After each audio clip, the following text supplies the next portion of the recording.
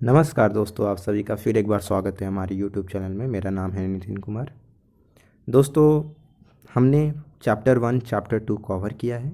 आज हम लोग चैप्टर 3 पढ़ेंगे, salient features of our constitution, मतलब संविधान की प्रमुख विशेषताएं। इस वीडियो में दोस्तों हम लोग एम लक्ष्मीकांत को देखेंगे, बुक का आधारित उसी पे ये लेक्चर है। और बेसिकली हम लोग इस वीडियो में केवल ओवरव्यू देखेंगे, कौन कौन से टॉपिक हैं जो हमें आगे फर्दर पढ़ना है।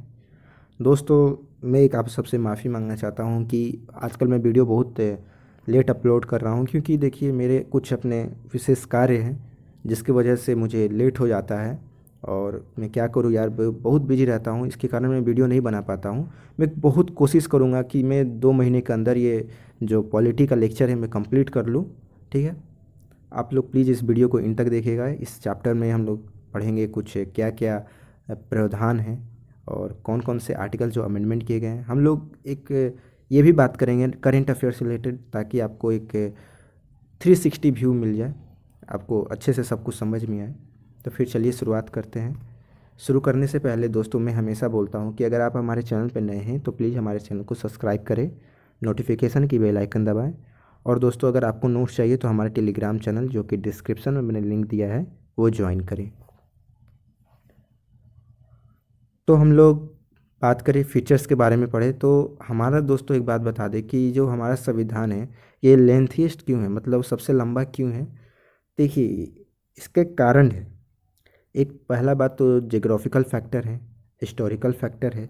जोग्राफिकल फैक्टर के बारे में बात करें तो हमारा इंडिया छोटा नहीं है, हमारा इंडिया बहुत बड़ा है।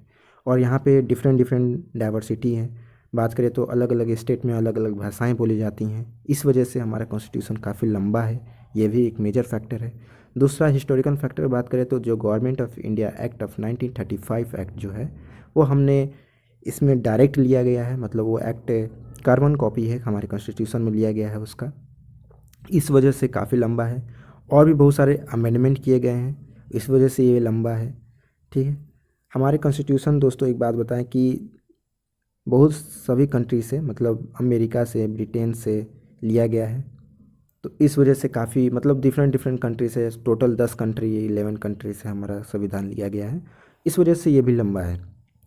अमेरिका का जो कॉन्स्टिट्यूशन, देखिए पहला बात हमें समझना होगा कि हमारा जो कॉन्स्टिट्यूशन है वो रिटेन है, और ब्रिटेन का है जो अनरिटेन है। अमेरिका का भी क्या है, तो जो कॉन्स्टिट्यूशन है वो बेसिकली रिटेन ही है। लेकिन जो ये ब्रिटिश का कॉन्स्टिट्यूशन है वो अनरिटेन है। अब भाई, रिटेन अनरिटेन ये क्या है? तो देखो, रिटेन का मतलब कि जैसे हमारा कॉन्स्टिट्यूशन 1950 में ये लिख दिया गया, तो अब उसी हिसाब से हमारा देश चलता है, कॉन्स्टिट्यूशन के हिसाब से। लेकिन अनरिटेन का मतलब हुआ जैसे ब्रिटिश में है कि जो घटना उस वक्त घट गई, तो उस वक्त क्या हुआ कि एक्ट पास किए गए, अमेंडमेंट किए गए, और उसको कंसोलिडेट करके एक डॉक्यूमेंट फॉर्म बनाया गया। तो वो ब्रिटेन का है। जैसे अभी हाल में ही बात करें तो 2021 के, मतलब इसी मंथ मार्च में, आपका एक ब्रिटेन में एक एक्ट आया है, राइट टू रिपेयर लॉ। आपको पता होगा, उसके बारे में पढ़िएगा यूट्यूब पे सर्च करके। तो वो अभी जस्ट ऐड किया गया है उनके कॉन्स्टिट्यूशन में। तो इसी तरह से है कि मतलब जब जैसे ही घटना घटता है, जैसे ही कुछ इंसिडेंट होता है, उस वक्त इनका मतलब एक्ट जो है बनता है और वो कॉन्स्टिट्यूशन में लिखा जाता है। तो बस यही अंतर है उनके कॉन्स्टिट्यूशन में और हमारे कॉन्स्टिट्यूशन में। हमारे कॉन्स्टिट्यूशन में प्रिएम्बल है। टोटल आर्टिकल्स बात करें तो 395 आर्टिकल्स हैं, जिसमें डिवाइड किए गए हैं 22 पार्ट में, और 8 शेड्यूल है। प्रेजेंटली बात करें 2016 में, जो हमारे प्रिएम्बल में टोटल आर्टिकल 465 आर्टिकल्स हैं, जिसमें 25 पार्ट हैं और 12 शेड्यूल हैं। तो ये करेंट अफेयर है, यहाँ पे एक अच्छा खासा ऑब्जेक्टिव बनेगा। आपको इस बात को ध्यान देने वाली बात है, ठीक है। ये वाली जो लाइन है यहाँ पे। अब बात करें, देखिए बहुत सारे अमेंडमेंट किए गए। जैसे बात करें कि 7th अमेंडमेंट हुआ, 42 अमेंडमेंट हुआ, 44 अमेंडमेंट हुआ, 73 और 74 अमेंडमेंट हुआ, 97 अमेंडमेंट हुआ, और 101 अमेंडमेंट हुआ, और भी बहुत सारे अमेंडमेंट हुए। तो लेटेस्ट अमेंडमेंट के बारे में बात करें तो लेटेस्ट अमेंडमेंट 104 है, जो कि आपका ये 2019 में ये अमेंडमेंट हुआ था। ठीक है, याद रखिए, सॉरी 2019 नहीं, ये 25 जनवरी 2020 में ये अमेंडमेंट की गई थी। ठीक है, मैं यहाँ लिख देता हूँ जो अमेंडमेंट हुए हैं, वो आपका यहाँ पे लेटेस्ट अमेंडमेंट 104 है। ठीक है, ये अमेंडमेंट में बेसिकली कहा गया है कि जो रिजर्वेशन सीट है शेड्यूल कास्ट शेड्यूल ट्राइब्स के आपके असेंबली में, लोकसभा असेंबली की सीटों में, वो 70 साल से बढ़ा के 80 साल कर दी गई है। और जो रिजर्वेशन सीट्स थी आपको एंग्लो इंडियन की, उनकी कमेटी की, उनको यहाँ पे राज्यसभा लोकसभा सीट से और स्टेट असेंबली से हटा दी गई है। तो ये कुछ अमेंडमेंट है। बेसिकली तो 2 ही सीट थी, सबको पता है कि 2 रिजर्व रहती थी एंग्लो इंडियंस के लिए, तो उनको अब हटा दी गई है। तो ये कुछ लेटेस्ट अमेंडमेंट है जो कि हम लोग देखेंगे, सब करंट अफेयर को भी मतलब साथ में लेके चलेंगे ताकि आपको 360 व्यू मिले। चलिए नेक्स्ट बात करें कि कहाँ कहाँ से हमारा कॉन्स्टिट्यूशन लिया गया है। तो जैसे कि हम बात करें गवर्नमेंट ऑफ इंडिया एक्ट 1935 से लिया गया है। देखो ये सब चीज़ हम लोग फर्दर आगे भी बात करेंगे, तो मैं बस एक तरह से ओवरव्यू दे रहा हूँ आपको कि देखो मतलब एक तरह से इंट्रोडक्शन दे रहा हूँ कि देखो ये सब है जिसमें ये सब लिया गया है। जैसे गवर्नमेंट ऑफ इंडिया एक्ट 1935 का पूरा कार्बन कॉपी है जो कि हमारे कॉन्स्टिट्यूशन में लिखा गया है पूरा। जैसे फेडरल सिस्टम हो गया, फेडरल स्कीम हो गया, ऑफिस ऑफ गवर्नर हो गया, जुडिशरी हो गया, पब्लिक सर्विस कमीशन हो गया, इमरजेंसी प्रोविंस हो गए, एडमिनिस्ट्रेटिव डिटेल हो गए। तो ये सब गवर्नमेंट ऑफ इंडिया एक्ट 1935 से लिया गया है। ब्रिटिश कॉन्स्टिट्यूशन से हमारा पार्लियामेंट्री गवर्नमेंट हो गया, रूल ऑफ लॉ हो गया, लेजिस्लेटिव प्रोसीजर हो गया, सिंगल सिटीजनशिप हो गया, कैबिनेट सिस्टम हो गया, बाई कैमरलिज्म हो गया और वगैरह, ये सब आप देख रहे हो, ये सब लिया गया है। यूएस कॉन्स्टिट्यूशन से हमारा फेडरल राइट्स फंडामेंटल राइट्स लिया गया है। एक बात याद रखना, जितने भी हमारे मौलिक अधिकार है, जो भी राइट्स है, ये सब हमारा यूएस कॉन्स्टिट्यूशन से लिया गया है, ठीक है। और आयरिश से लिया गया है, जैसे directive principle of state policy, ठीक है। Nomination of members of Rajya Sabha, जो भी नॉमिनेशन में बात करें कि कैसे हटाए जाते हैं राज्यसभा के मेंबर्स उनका, और ये सब आयरिश से लिया गया है। लेकिन दोस्तों यहाँ पे एक बात ध्यान देने वाली है कि जब इलेक्ट करते हैं, मतलब जब राज्यसभा के जो मेंबर्स हैं उनको अगर चुना जाता है, तो ये कहाँ से लिया गया है, मतलब क्यों, क्या मतलब किस देश से लिया गया है, कंट्री से लिया गया है। तो ये साउथ अफ्रीका से लिया गया है। तो क्वेश्चन कभी पूछ दे कि बताइए इलेक्टेड मेंबर ऑफ राज्यसभा का अगर बात करें कि ये चीज़ कहाँ से हमारा प्रावधान लिया गया है, किस कंट्री से लिया गया है कॉन्स्टिट्यूशन में, तो ये हमारा साउथ अफ्रीका से लिया गया, इस बात को ध्यान रखें। और यहाँ नॉमिनेशन के बारे में बात करें कि नॉमिनेशन ऑफ राज्यसभा के बारे में बात करें तो हमारा आयरिश से लिया गया है, ठीक है। कभी कभी दोस्तों कन्फ्यूजन होता है मेथड ऑफ इलेक्शन प्रेसिडेंट, ठीक है, याद रखिएगा मेथड ऑफ इलेक्शन जो भी प्रेसिडेंट का जो इलेक्शन होता है वो हमारे आयरिश से ही लिया गया है, इस बात को भी ध्यान दीजिएगा। तो ये सब है दोस्तों, आप लोग देख लेना, ठीक है। ऐसा नहीं है कि साथ ही हैं, बात करें तो इसमें जापान भी है, इसमें साउथ अफ्रीका भी है, ठीक है। तो इस बात को भी ध्यान देने वाली बात है। नेक्स्ट बात करते हैं दोस्तों। नेक्स्ट बात करें कि हमारा जो कॉन्स्टिट्यूशन है ना ही रिजिडिटी और ना ही फ्लेक्सिबल। बात करें कि रिजिडिटी फ्लेक्सिबल का यहाँ क्या मतलब है। देखिए सिंपल सी बात है कि हमारा जो कॉन्स्टिट्यूशन है इतने आसानी से भी हम लोग अमेंडमेंट नहीं कर सकते हैं, और अमेंडमेंट कर भी सकते तो इतना भी हार्ड नहीं कि हम लोग उसमें चेंज ही नहीं कर सकते। जैसे अमेरिका का जो कॉन्स्टिट्यूशन है उसमें कोई भी अगर आपको एक्ट, अगर पार्लियामेंट की जो गवर्नमेंट अगर चाहती है अगर उस एक्ट को पास करना, चाहे अमेंडमेंट करना, तो बहुत थोड़ा डिफ़िकल्ट होता है। लेकिन बात करें कि ब्रिटेन का, तो ब्रिटेन में अगर कोई एक्ट है, कोई बिल है, उसको पास करना रहता है, कोई अमेंडमेंट कराना रहता है, तो बहुत ही सरलता से हो जाती है वहाँ पे। लेकिन हमारा जो है उतना भी आसानी से नहीं होता है, और ना ही हार्ड भी नहीं है कि पास ही ना हो। तो ऐसा है हमारा कॉन्स्टिट्यूशन, मतलब ना ही ज़्यादा रिजिडिटी है और ना ही ज़्यादा फ्लेक्सिबिलिटी है। तो इस बात को भी ध्यान देने वाली बात है दोस्तों। चलिए नेक्स्ट है हमारा फेडरल सिस्टम। दोस्तों ये बहुत ही अपने आप में इम्पॉर्टेंट है। फेडरल सिस्टम में आपको कुछ बातें समझनी होगी कि देखो, आपको एक बात तो पता होगा कि जो हमारे प्राइम मिनिस्टर हैं और प्रेसिडेंट हैं उन सब के अपने अपने अलग पावर दिए गए हैं। और ये भी बात आपको पता होना चाहिए कि यहाँ पे डुअल गवर्नमेंट है, सबके अपने अलग पावर हैं, जैसे कि स्टेट गवर्नमेंट और सेंट्रल गवर्नमेंट के अपने अपने पावर हैं। यहाँ पर दोस्तों बात करें अभी फेडरल सिस्टम में कुछ फीचर्स के बारे में, ठीक है। जो हमारा कॉन्स्टिट्यूशन है वो एक फेडरल सिस्टम गवर्नमेंट को इस्टेब्लिश किया है, जिसमें हम लोग का आता है पार्लियामेंट्री गवर्नमेंट। और एक अगर मान लीजिए अगर इमरजेंसी टाइम आ जाता है तो उस वक्त हम लोग यूनिटरी फीचर्स के बारे में, यूनिटरी सिस्टम लागू करते हैं। मतलब यूनिटरी के हिसाब से, मतलब प्रेसिडेंट के पास ज़्यादा ताकत आ जाता है, तो उस हिसाब से क्या क्या उसके फीचर्स होंगे वो सब हम लोग देखेंगे इसमें, इस लिस्ट में। तो वही मैं बता रहा था कि जैसे कि फेडरल सिस्टम में उसके जो फीचर्स हैं, इसमें दो गवर्नमेंट सिस्टम है यानी स्टेट और सेंटर, अलग अलग दोनों को पावर है, रिटन कॉन्स्टिट्यूशन है, सुप्रीमेसी है कॉन्स्टिट्यूशन की, रिजिडिटी कॉन्स्टिट्यूशन है, इंडिपेंडेंट जुडिशरी है और बाइकैमरलिज्म जैसे कि लोकसभा राज्यसभा है। आपको एक बात तो और पता होगा दोस्तों कि अगर इसमें कुछ बात करें कि कॉन्स्टिट्यूशन में बहुत लार्ज नंबर पे यूनिटरी फीचर्स भी हैं, जैसे कि बात करें कि सेंटर को यहाँ पे ज़्यादा ताकत दी गई है और स्टेट को कम, क्योंकि सेंटर को ज़्यादा ताकत नहीं दी जाएगी तो अगर स्टेट को दी जाएगी तो आप खुद समझो कि अगर स्टेट के पास ज़्यादा ताकत होगा तो वो अपने खुद मनमानी करेंगे, वो सेंटर से अलग हो सकते हैं, देश से अलग हो सकते हैं।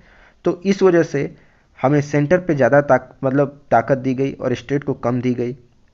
आप खुद इस तरह से समझो बहुत आसान लैंग्वेज में कि अगर पिताजी को कम पावर हो और बाप बेटे को ज़्यादा पावर हो तो सोच सकते हो बेटा और बाप में कैसा रिलेशन होगा। तो कुछ इस तरह से था।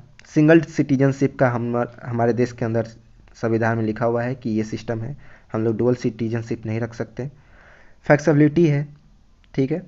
तो ये सब कुछ है, हमारे इमरजेंसी का प्रोविंस है दिया गया है यूनिटरी सिस्टम में। तो ये कुछ फीचर्स है आपको ध्यान में रखनी चाहिए। नेक्स्ट बात करें, जैसा कि हम जानते हैं कि दो तरह की गवर्नमेंट होती है, पार्लियामेंट्री फॉर्म ऑफ गवर्नमेंट और एक प्रेसिडेंशियल गवर्नमेंट होती है। जैसा कि अमेरिका में प्रेसिडेंशियल सिस्टम ऑफ गवर्नमेंट है और यहाँ ब्रिटेन में बात करें चाहे इंडिया में तो यहाँ पार्लियामेंट्री फॉर्म ऑफ गवर्नमेंट है। क्यों है? आपको एक बात समझनी होगी कि इंडिया जो है बहुत सारे अलग अलग यहाँ पे भाषाएं बोली जाती है, अलग अलग डाइवर्सिटी हैं। तो अगर किसी एक बंदे को अगर पावर दी जाएगी तो उस पावर को मिसयूज कर सकता है। अगर हम लोग प्रेसिडेंट को ज़्यादा पावर देंगे तो वो पावर को मिसयूज कर सकते हैं। और इतिहास के बारे में बात करें तो जब ब्रिटिश जो थे हम पे राज कर रहे थे तो उस वक्त भी जो सिस्टम था हमारे कंट्री में वो पार्लियामेंट्री सिस्टम था। तो इस चीज़ को हमें आदत थी, इस चीज़ के बारे में हमें पता था। और यही अगर हम लोग प्रेसिडेंशियल सिस्टम जाते तो वो कुछ नया था, ठीक है, वो नया था और उसमें हो सकता है कि गलत पावर का भी यूज करे प्रेसिडेंट। तो इस वजह से पार्लियामेंट्री फॉर्म ऑफ गवर्नमेंट लाया गया ताकि यहाँ पर दोस्तों बात करें कि प्रॉपर तरीके से कॉपरेशन हो, कोऑर्डिनेशन हो लेजिस्लेटिव और एक्सिक्यूटिव के बीच में। अब आपको तो एक बात पता ही होगा लेजिस्लेटिव और एक्सिक्यूटिव के बीच में। एक्सिक्यूटिव मतलब बात करें जो हेड प्रेसिडेंट प्राइम मिनिस्टर जो हेड होते हैं, ठीक है, और जो लेजिस्लेचर होते हैं वो हमारे पार्लियामेंट होते हैं और एक जुडिशरी। ये तीन तरह का पावर दोस्तों रहता है। अगर मान लीजिए कि कभी भी एग्जीक्यूटिव जो है मतलब कभी भी गलत काम करता है तो लेजिस्लेचर उसको बोल सकता है कि आप गलत कर रहे हो। अगर लेजिस्लेचर मान लो पार्लियामेंट अगर कुछ कानून ऐसा है जो कि कॉन्स्टिट्यूशन के खिलाफ है तो जुडिशियल जो क्या करता है उस चीज़ को इम्प्लीमेंट करने नहीं देता है। तो ये तीनों एक दूसरे को मतलब देखते हैं, ठीक है। अगर जुडिशरी को अगर ज़्यादा पावर दी जाएगी, मतलब अगर बात करें कि वो लोग अगर पावर का मिसयूज करेंगे तो पार्लियामेंट जो है बता इनके कानून को नहीं मानेगा, ठीक है, या इनके आदेश को भी नहीं मानेगा जो कि अनकॉन्स्टिट्यूशनल हो सकते हैं। तो इस तरह से तीनों एक दूसरे को देख रेख करते हैं और इस हिसाब से पूरा प्रॉपर तरीके से सिस्टम चलता है। अगर ये तीनों एक साथ मिल जाएंगे तो समझ लीजिए एक तरह का प्रॉपर डिक्टेटरशिप हमारे कंट्री में हो सकता है। तो इस वजह से दोस्तों तीनों को अपने अपने अलग जगह एक पावर दी गई है ताकि तीनों भी खुश रहें और एक दूसरे को संतुलित करके देखते देखते रहें। और पावर का यहाँ पे दोस्तों बात करें तो सेपरेशन दिया गया है, ठीक है, सेपरेशन ऑफ पावर दिया गया है दो ऑर्गन्स के बीच में। और एक बात और समझना हो कि पार्लियामेंट्री सिस्टम को हम लोग वेस्टमिनिस्टर 10 मॉडल के नाम से भी जाने जाते हैं, ठीक है। अब कुछ फीचर्स और हैं जैसे कि पार्लियामेंट्री फॉर्म ऑफ गवर्नमेंट के कि प्रेजेंस ऑफ नॉमिनल और रियल एग्जीक्यूटिव हो, मेजोरिटी पार्टी रूल हो, जैसे कि बहुत सारे देखोगे कि अलग अलग पार्टियां हैं, कांग्रेस है, बीजेपी है और भी बहुत सारे हैं, ठीक है। फिर collective responsibility executive to legislature हो, membership minister in the legislature हो, लीडरशिप हो प्राइम मिनिस्टर के पास, सेंटर में प्राइम मिनिस्टर और स्टेट में चीफ मिनिस्टर के पास, डिसोल्यूशन हो लोअर हाउस और अपर हाउस में जैसे कि लोकसभा राज्यसभा में, ठीक है। तो ये कुछ फीचर्स थे पार्लियामेंट्री फॉर्म ऑफ गवर्नमेंट के, ठीक है, आपको इस चीज़ को याद रखना होगा। हालांकि ये सब हम आगे फर्दर डिटेल में बात करेंगे। तो चलिए हम लोग नेक्स्ट फर्दर मूव करते हैं। अब बात करें कि जुडिशियल सुप्रीमेसी के बारे में कि भाई synthesis of parliamentary sovereignty and judicial supremacy क्या है। तो देखिए यहाँ पर जो है जो अगर बात करें कि सुप्रीम कोर्ट के बारे में तो आपको एक बात पता होगा कि सुप्रीम कोर्ट जो हमारे कंट्री में है वो सबसे हेड है हमारे कंट्री का। इन्हीं के नीचे हमारे आता है हाई कोर्ट, ठीक है, इसके नीचे हमारे आता है हाई कोर्ट और इसी के नीचे 3 कोर्ट आते हैं, ठीक है, जो कि होता है एक डिस्ट्रिक्ट कोर्ट होता है, ठीक है। तो आपको पता होगा कि अमेरिका के बारे में बात करें, सुप्रीम कोर्ट के बारे में, तो सबसे ज़्यादा अगर स्टेट में देखोगे तो उनके अपने अलग अलग कोर्ट हैं, ठीक है। अगर वहाँ पे सुप्रीम कोर्ट के जो आदेश होंगे वो स्टेट के जो कोर्ट हैं वो नहीं मानेंगे, ठीक है। तो वहाँ का अलग रूल चलता है और हमारे कंट्री में इस तरह का रूल चलता है, ठीक है। अगर सुप्रीम कोर्ट ने अगर बात किया कि जो आदेश दिए हैं कि ये चीज़ कोई भी अगर दोस्तों मान कर कि ऑडिट या सुनवाई होती है तो उस चीज़ को मानना हमारे हक में है।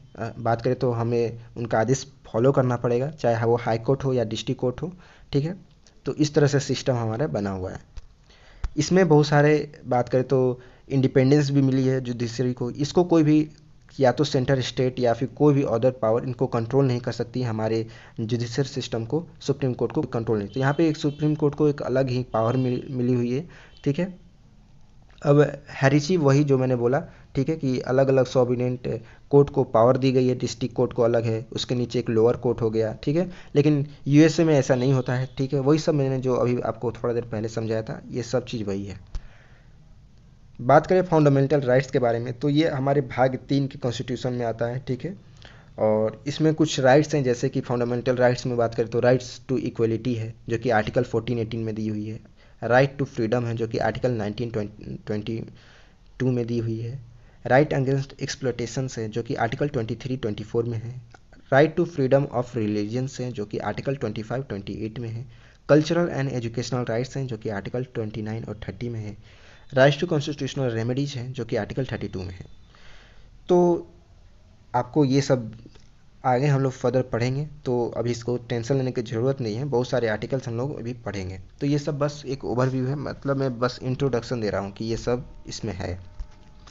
अब बात करें directive principle of state policy के बारे में, तो भीमराव अंबेडकर के द्वारा बात करें तो यहाँ पे एक नॉवल फीचर्स हुआ है, दिया गया है हमारे इंडियन कॉन्स्टिट्यूशन को। और ये जो है हमारे कॉन्स्टिट्यूशन के भाग 4 में है, ठीक है, जो कि यहाँ पे एक 3 क्लास में कैटेगरी वाइज यहाँ पे बांटा हुआ है, जैसे सोशलिस्टिस्ट, गांधीयन और लिबरल इंटेलेक्चुअल में यहाँ पे बात करें तो बांटा हुआ है। आपको एक बात और समझना होगा कि अगर फंडामेंटल ड्यूटीज़ के बारे में, तो ये आपका हमारा directive principle of state detective principle of state policy के अंदर ही आता है, ठीक है, जो कि एक मौलिक कर्तव्य है, किसको क्या करना है, किसकी क्या ड्यूटीज़ है। तो ये सब चीज़ दोस्तों इसमें दी हुई है, आप देख सकते हो। इसके फर्दर आगे डिटेल में हम लोग आगे बात करेंगे। इन्हें स्वर्ण सिंह समिति की सिफारिश पर 1976 के 42वें जो अमेंडमेंट हुआ था बात करें, तो इसमें क्या हुआ था कि संचालन के दौरान जोड़ा गया था इस चीज़ को, ठीक है। ये जो है फंडामेंटल ड्यूटीज, ये संशोधन जब हुआ था 42 कॉन्स्टिट्यूशनल अमेंडमेंट एक्ट के दौरान इस चीज़ को दोस्तों जोड़ा गया था। तो इस चीज़ को आपको बहुत इंपॉर्टेंट ये लाइन है, आपको देखना होगा। और 86 constitution amendment act of 2002 add one more fundamental duty, वहाँ भी दोस्तों इस चीज़ को यहाँ पे एक बार इसको ऐड किया गया। तो इस चीज़ को भी दोस्तों ध्यान दीजिएगा, ठीक है। मैं इसको अंडरलाइन कर दिया हूँ, आप देख लेना या स्क्रीनशॉट ले लो, आपको पता हो जाएगा। आगे हम लोग फर्दर इसको बारे में बात करेंगे, ऐसा बात नहीं है। कुछ और भी चीज़ जैसे ऐड की गई है, जैसे बात करें कि भाग 4 में constitution which consist of only one article 51A specifies the 11 fundamental duties wise to respect the constitutions, national flag, national anthem, to protect the sovereignty, unity, integrity of the country. तो यहाँ पर दोस्तों बात करें कि कुछ चीज़ यहाँ पे ऐड की गई है, जैसे कि नेशनल फ्लैग कैसा होना चाहिए, national anthem, protection of sovereignty, unity, integrity, ये कंट्री के बारे में बात करें तो ये सब चीज़ कुछ आगे हमारे ऐड की गई है, ठीक है। आर्टिकल 51A में सब आपको ये सब दिखेगा, ये सब बहुत आगे हम लोग बात करेंगे। कुछ फीचर्स है जैसे कि ऐड किए गए हैं हमारे कॉन्स्टिट्यूशन में, जैसे सेकुलर स्टेट है, ठीक है। सेकुलर का मतलब धर्म निरपेक्ष, ठीक है, राज्य है। ये एक अपने आप में एक हॉट टॉपिक है, जो कि ये कब ऐड किया गया था, तो हमारे ये प्रीएम्बल में जब संशोधन हुआ था 42 कॉन्स्टिट्यूशनल अमेंडमेंट एक्ट ऑफ 1976 में, उस वक्त के दौरान की सेकुलर स्टेट हमारे कॉन्स्टिट्यूशन में ऐड हुआ था। ये चीज़ भी हमारे कॉन्स्टिट्यूशन में ऐड हुआ था कि भाई राइट टू वोट किसको है, तो जो 18 अबव है, जो एवरी सिटीजन है, सबको वोटिंग का राइट है। जो अगर 18 साल से ऊपर की उम्र में है वो वोट दे सकते हैं, जो नीचे की उम्र में है वो नहीं दे सकते हैं। यहाँ पे किसी के साथ डिस्क्रिमिनेशन नहीं की जाएगी, चाहे वो किसी भी कास्ट, रिलीजन, सेक्स, किसी कैसे भी बिलोंग करता हो, इट डजेंट मैटर, वो वोट दे सकते हैं। तो इस चीज़ के बारे में भी ऐड किया गया।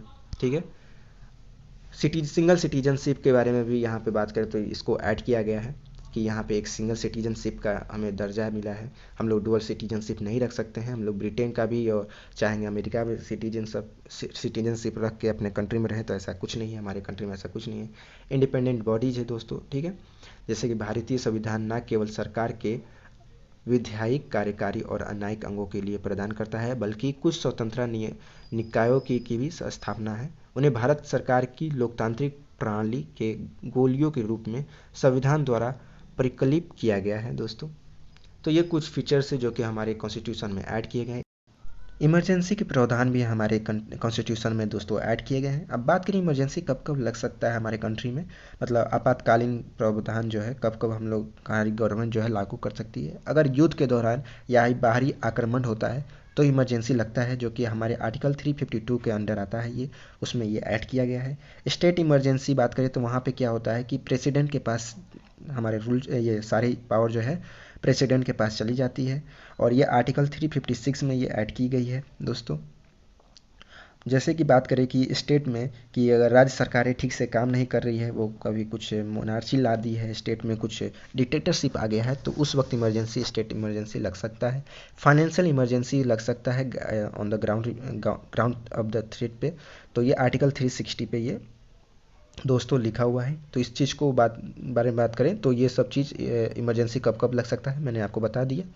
अब बात करें कि जैसा कि अभी बात करें कि ये कब होता है, तो जितने भी ताकत होता है ना गवर्नमेंट का, वो सारे स्टेट के पास से जाके हमारे सेंटर के गवर्नमेंट के पास ये ताकत चली जाती है। ठीक है, यहाँ पे दोस्तों क्या होता है कि फेडरल स्ट्रक्चर को यूनिटरी स्ट्रक्चर में कन्वर्ट हो जाता है, यानी जितनी भी ताकत होती है सब प्रेसिडेंट के पास चली जाती है। मैंने अभी थोड़ा देर पहले बोला था, और थोड़ी देर पहले हमने ये भी देखा था कि जब यूनिटरी फीचर्स के बारे में, नॉन फेडरल सिस्टम जब आता है तो उस वक्त क्या क्या चीज़ हमारे कॉन्स्टिट्यूशन में लिखा हुआ है, उसके क्या फीचर्स हैं, उसमें क्या कंटेंट है, मैंने सब बता चुका है।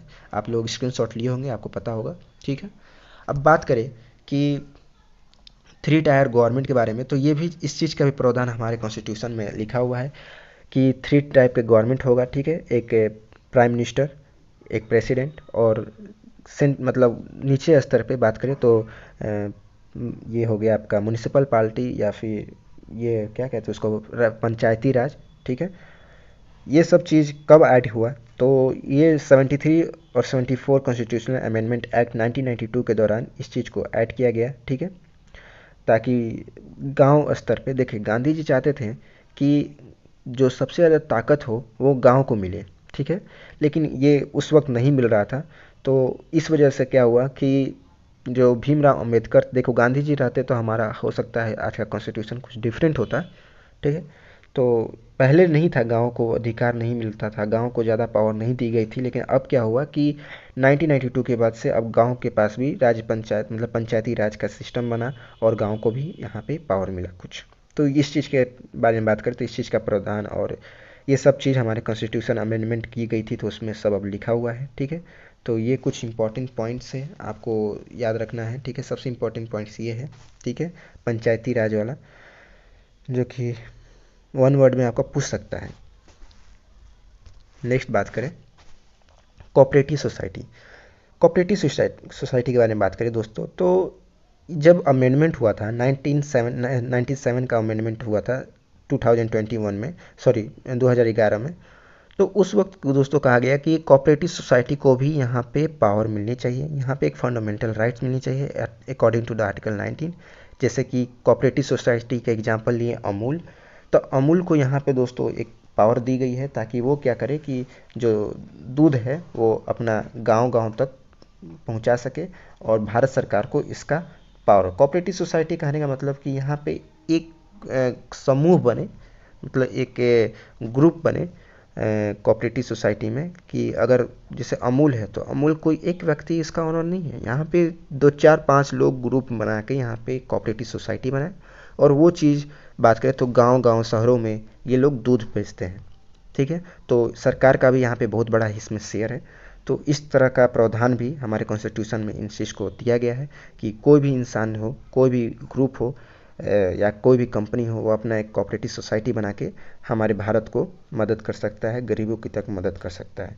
तो इस चीज़ का भी प्रावधान हमारे आर्टिकल्स में दिया गया है, मतलब संविधान में दिया गया है अंडर आर्टिकल 19 के दौरान, ठीक है।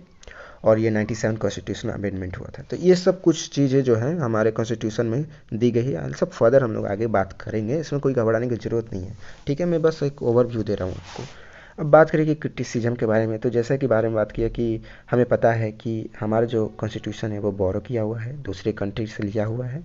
कार्बन कॉपी है 1935 एक्ट का, अन इंडियन, एंटी इंडियन है, ठीक है। मतलब दूसरे बात करें तो दूसरों से लिया गया है। गांधीयन कॉन्स्टिट्यूशन नहीं है, जैसा कि हमने पहले बात किया था।